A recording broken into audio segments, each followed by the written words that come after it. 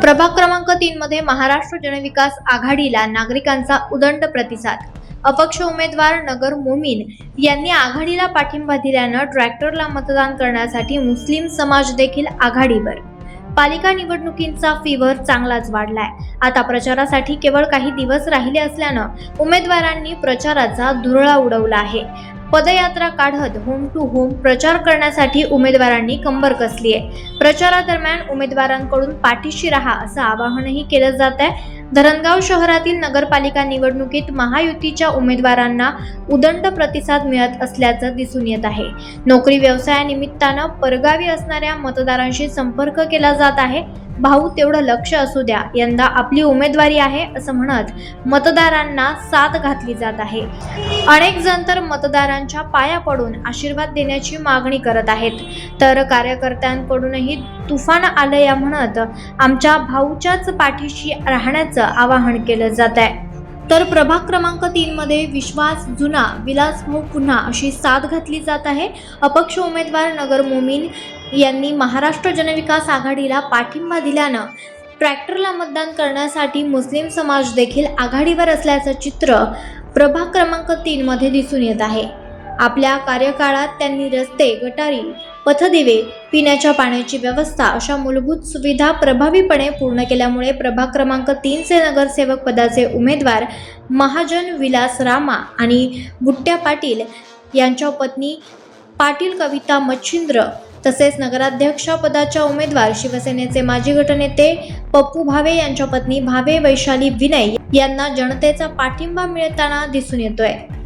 जनतेसाठी कार्यतत्पर असलेल्या महाराष्ट्र जनविकास आघाडीच्या ट्रॅक्टर या चिन्हावर बटन दाबून विजयी करण्याचं आवाहन महायुतीच्या पदाधिकाऱ्यांनी केलं आहे।